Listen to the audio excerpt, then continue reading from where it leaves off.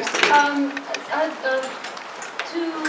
questions. One for Rosamond and one, I'm sorry I didn't catch your name. Sally.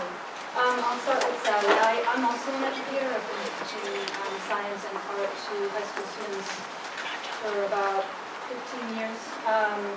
And I really feel where you're coming from in terms of like figuring out ways to talk to the kids. But I mean,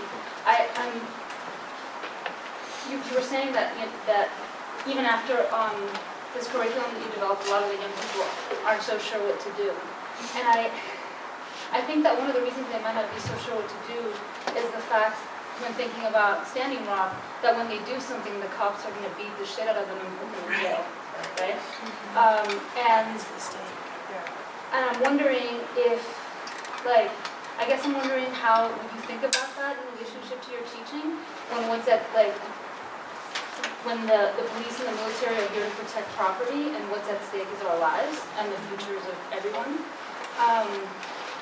And whether or not militancy plays a role in your pedagogy. And Rosamond, the question that there's a lot of resonance within our talks, and that I thought that was pretty cool. I was excited to learn about these Aboriginal forms of thinking. I guess the thing that I'm wondering about, and I think about this too with my own stuff, from a slightly different position, because I'm talking about a culture that I'm like a part of. But I mean, I think the same thing applies, right? This notion that we're trying to bring indigenous epistemologies into being in a world that is built on indigenous genocide, and that our communities, indigenous communities throughout the world, are still struggling against genocide. And I'm worried about, like, I mean, this thing that we always say about nothing about us without us, you know? And then this notion that, like, ideas can be taken from people's communities who are engaged in active struggle against genocide to benefit other communities that have the capacity to survive because they're not actively struggling against genocide. So I'm just wondering about that.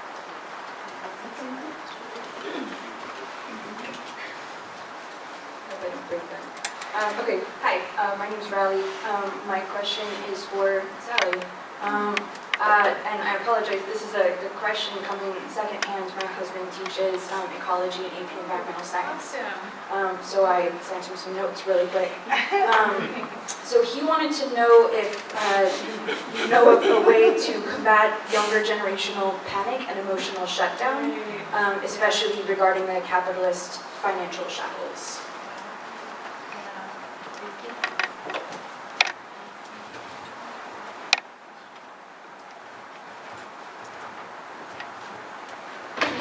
Go for it. Okay. All right. Well, maybe I'll start. What was your name? Bettina. Thank you for that question. I don't have a good answer to that at all. I mean, I think it's really a really troubling aspect of our world right now, and I think. I think my perspective is really to try and critically engage the students in creating their own narratives, and for some of those students it would be militancy, and for some of them it's not. I mean, I think my approach to it is to help them weave their own narratives, and they're going to come to different conclusions than I come to. Every quarter we had one student who just wanted to make an homage to Elon Musk. And as much as I would try and disavow them of that belief that Elon Musk was going to save their world, that was their narrative that they were creating for themselves. And I think the only thing I can say, I mean, I really don't have a great answer to that, is helping them in identifying one step forward and figuring out for them what that's going to be. And in regards to your question, could you say it again? Yeah, so he wanted to know if there's a way to combat younger generational panic and emotional shutdown, especially regarding capitalist financial shackles. Yeah, this is, what's so interesting doing this work is that when I can't tell you how many times I've talked to a parent and they all say, oh my God, you should talk to my daughter because she is literally panicking about this. And I have a lot to say about that. One is like, well, yeah, they should be panicking about this, and like we should be panicking about this. And yeah, if you're not panicked, you're not awake. yeah, and you know, when their parents say I should talk to them, I'm like, you should talk to them, and you should be modeling, you know, and that's kind of, you know, how I think about it. But also, part of my research was to look at kind of their affective engagement with the subject, and by that I mean how they felt about it, because we know that when it comes to talking about these really kind of difficult and depressing world problems that, first of all, if we only feel upset about it, then it can be really debilitating. If we only feel optimistic about it, it's probably because we're not acknowledging how big the problem is. And so one thing I really looked at is how to kind of, my goal was not to make their bad feelings go away, to not make their upset and anger about it go away, but rather to help them also kind of develop their own stories about hope and optimism, and as a way to kind of buffer, and also as a way to buffer them from those negative emotions. And I think really, you know, the keys to doing that are, like, we spend all this time talking about the problems, and why are we not building our curricula around, I mean, you could build, you know, it's difficult in public schools. It's difficult because we have all these things that you have to, all these, you know, you have to do this, this, and this, and this. But like, could we build a scientifically rigorous curriculum around climate mitigation? I believe we can. And first of all, that is, you know, why are we not engaging our students with that? Why is that not what we're teaching them? Why are we only teaching them about the problems of it?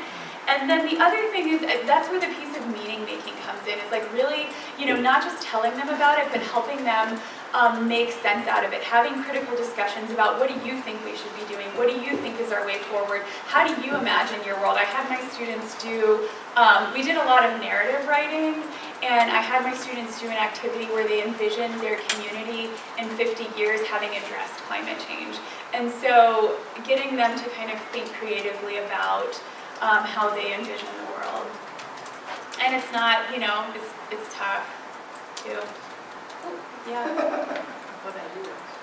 I'll pick Oh, up. sorry. No, that's all right. You were fine. We have time. So I'll go to you first, but I've got something to add to the other questions as well. I struggle with this, as you've highlighted. I'm very, very conscious of the historical background of my nation, and I even questioned whether it was ethically appropriate for me to be exploring those key concepts, essentially, and trying to examine how they can be used as an inspiration, less so than trying to adopt them directly, but looking at them as a way to inform how to perceive things differently, and the onto epistemological shapeshift, I suppose, in how we can relate to each other differently and relate with the planet differently. I don't really know how to negotiate that sometimes personally. And we were talking on the first day, I really enjoyed your presentation too. And a recent project I've just done is looking more into narratives and land pedagogy, and the importance of how language develops through our actual relationship with land. So your presentation was just like spot on with some of the stuff that I've been researching. And you asked me, you know, what is your land? And it took me really quite aback, because I can't say I actually belong anywhere, which is quite a big struggle. And I'm really torn with my own nation state, classifying myself as a citizen, because I can't really associate with that either. But I kind of come under those labels. So I struggle with that personally as well. So thank you for highlighting that. Can I add to what you're saying in the spirit of the round table thing? Of Coming course. from Australia and being connected to Mob over there, but being a colonizer as of like a couple of generations ago. I feel like it is a huge contradiction. Like, I feel so connected to two Indigenous stories, and For sure. but I think speaking to that contradiction is really important, and even just like saying like this is hypocritical and there's problems in it is like a really key component of that. For sure. Right, acknowledging the contradiction and acknowledging we still must do something. Yeah. We can't sit and wallow in the contradiction. We have to move forward despite it. Yeah. I want to jump in because I'm so excited about this discussion. But I have everything. When I'm teaching, I have had at the end of class, I've taught Capitalism and the Web of Life to undergraduates once and 7 Cheap Things 4 times now to different students. And I have gotten comments in the teacher evaluations that it was transformative, it changed their lives.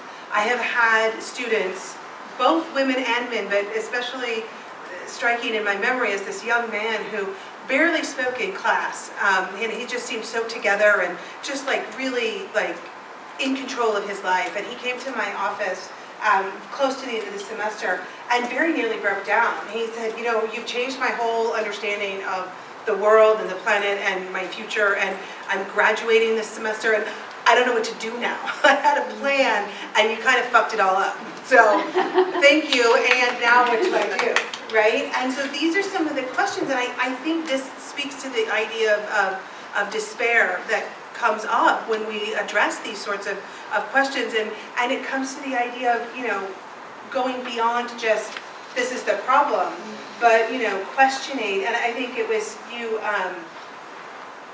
not Sally and not Rose, but Francesca. Francesca, thank you so much. Francesca, when you quoted David Harvey, and this idea that, what we make of the city is dependent on what we believe, what we make of ourselves. And I think this is true when we're talking about the problem and the languages that we use, and I'm just struggling. I think the first obstacle that I have to overcome with my students each semester is the idea that, I think Jason and somebody else mentioned it in another plenary this week, is the idea that, it's harder to imagine the end of capitalism than it is to imagine the end of the world.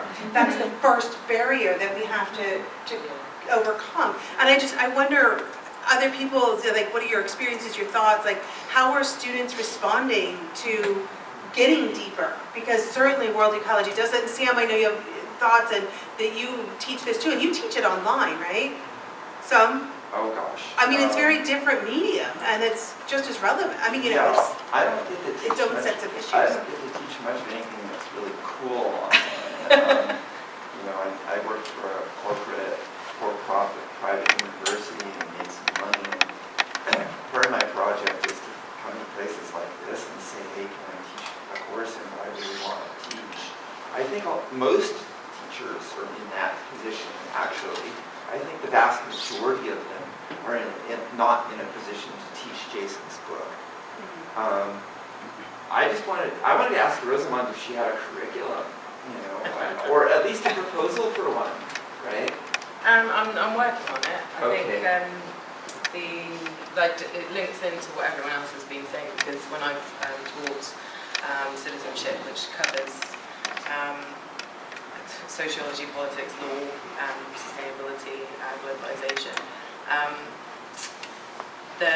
In fact, my dissertation is on a question that a student asked me when we were looking at future thinking and envisioning kind of activity, because I've always tried to orientate it around positive case studying, exploring solution-based approaches, are very much place-based. So students are very much around action, gives them hope, and the whole kind of youth climate strike happenings in Europe, and huge activism movement among young people, and Extinction Rebellion in the UK.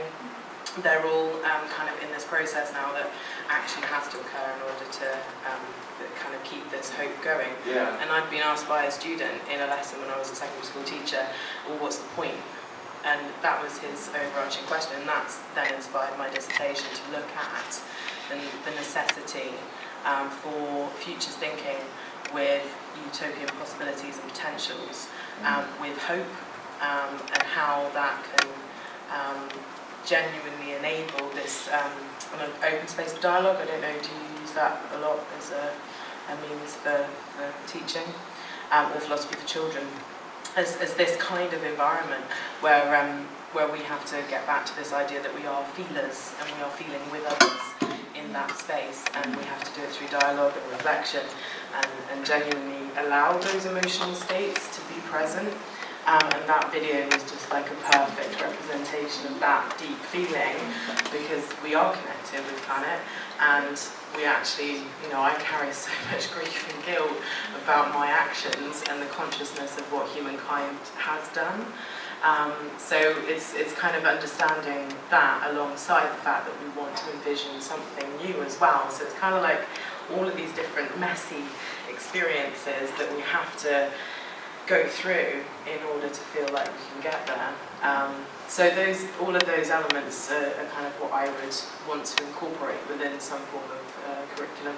And the kind of recent work around eco-literacy, and having a very different approach to schools and how they're constructed and the design and the architectural positioning of them, and actually allowing teachers to have the opportunity to really respond to who their students are, because the structures of education and the marking and the assessment and our current curriculum do not allow us to really develop who we want to be as humankind.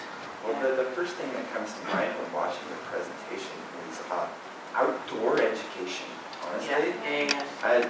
That may be my bias, I don't know, but yeah, put on hiking boots and take your kids out to some kind of wilderness. You know, have them critique Wordsworth and go to the lake country. I think we need to really be careful about that sort of idea that we have to go out into nature. Yeah, that we kind of You know, and I mean, we are nature, and I think that this is something that I saw as a little contradiction in your own presentation, Rose, is that you draw on the Aboriginal notions and beliefs that we are all part of nature, and yet your language in your presentation separates humans from the rest of nature in a way that World-Ecology is seeking to eradicate and to disrupt. This idea, and I think that that's part of the language that we need to use in classrooms, and that's tough because we too are learning these languages, and you know, language is habitual. That's why it's so hard to shift our pronouns when a student asks to be they instead of he or she. It's difficult because we don't think it through every time, right? And the same is true when people talk about nature and this sort of thing. And then this leads me to the question of who's educating the educators? Yeah. You know, and how are we then helping each other to gently yet vigilantly walk the path of inclusion and including humans in nature? Because I think that's one of the vital disruptions that capitalism has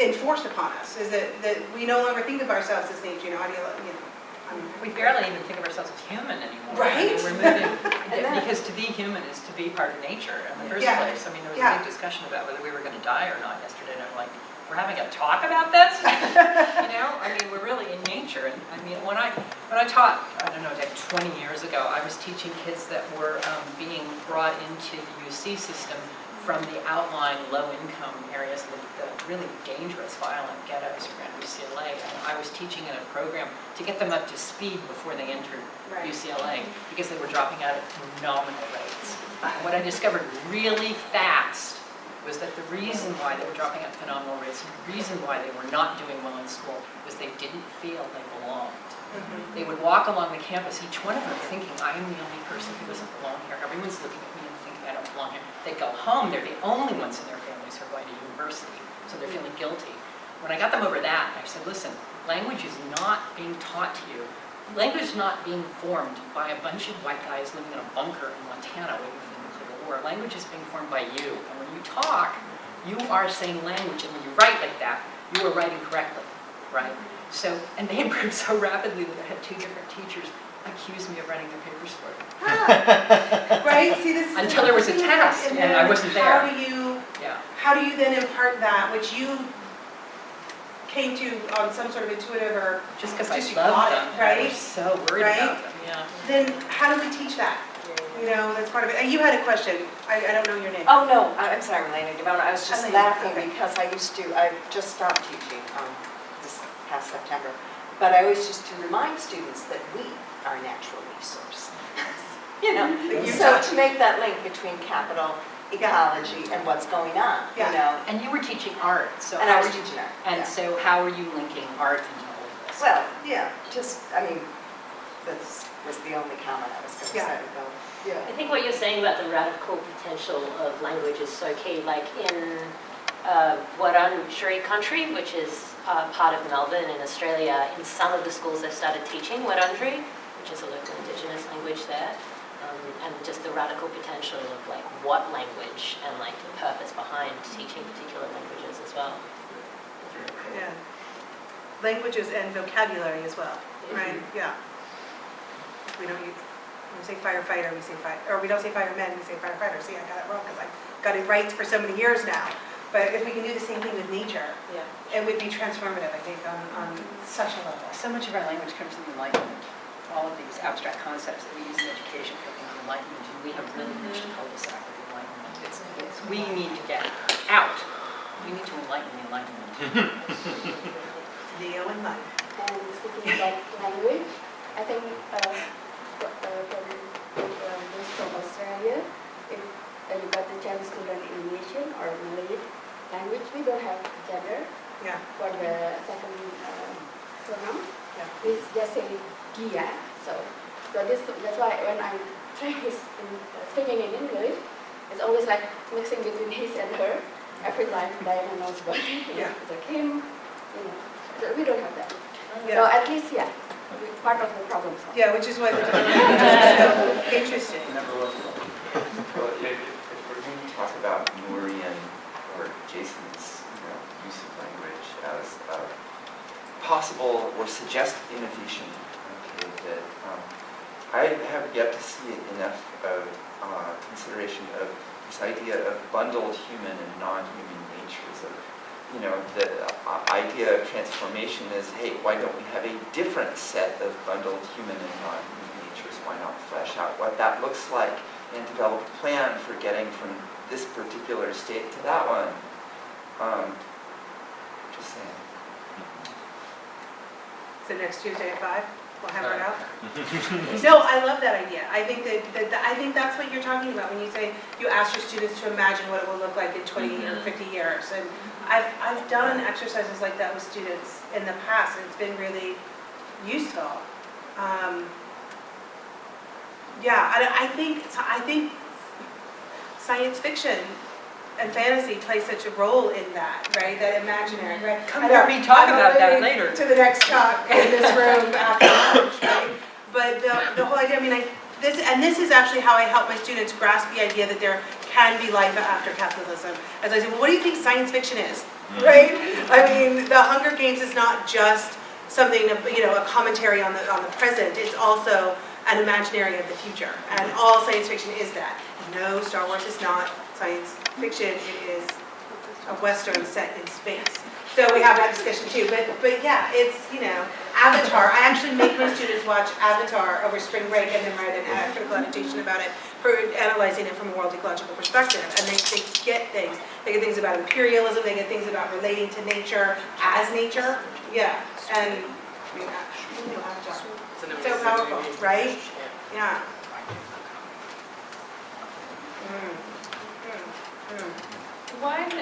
I think one thing I wanted to offer is after doing this project, my collaborator and I actually completely redesigned the curriculum, and now the students are actually just, one thing I realized is that we created in them this really deep, unsettled feeling, which is an important, we should again all be panicking right now and having that deeply unsettled feeling, but what they kind of, in doing these interviews for the students, what they were kind of articulating for me is the need to have an embodied experience of making change. And so we actually redesigned the curriculum so that the students are for 50% of the time working on, some kind of project that's actually working to just actively mitigate climate change on their campus. They're doing this whole redesign there, and they're proposing things to the board. Such as?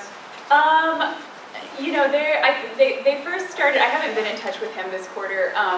what we talked about is they first started by making a baseline of carbon emissions, and then, the students, it was up to them to determine, where they wanted to start. If they wanted to start looking at their food system, if they wanted to start looking at, the potential for carbon sequestration on campus, like however they wanted to produce it, or approach it. But I offer that up because, I'm just thinking about that student whose life you ruined, actually, two things that I really took away from this as being really important is, giving them the opportunity to kind of actively dream and imagine their world, and also actively theorize how to get there, but also embodied experiences of actually making change.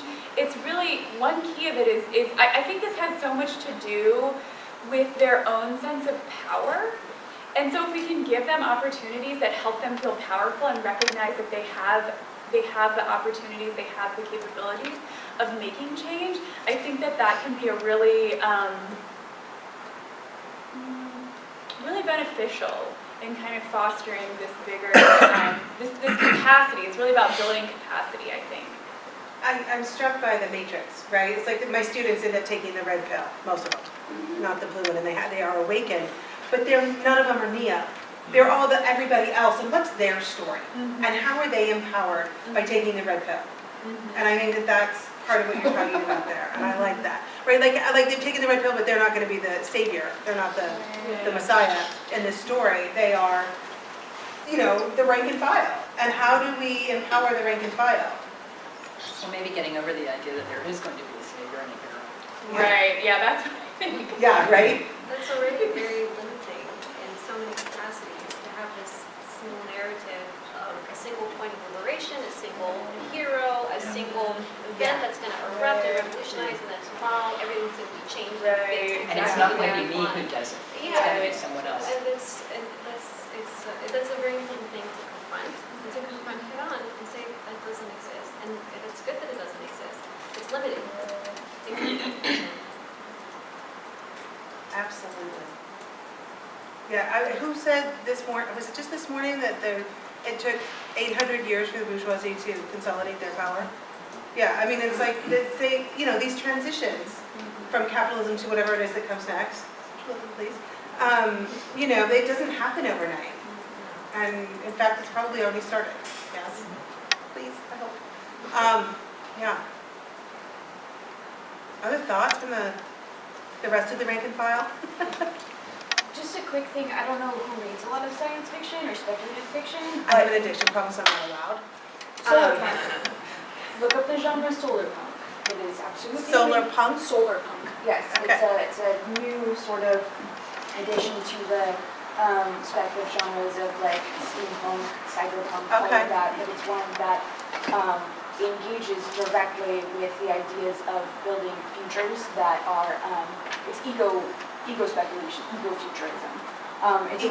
Eco-futurism. Okay. It's a really beautiful genre that incorporates hope for futures, but in a way that is very critical of what's going on Solar right now. punk, like the sun. Yes, it's really good. It's really awesome. There's an anthology called Sunballs. Anyway, I just needed to add that. It's really good.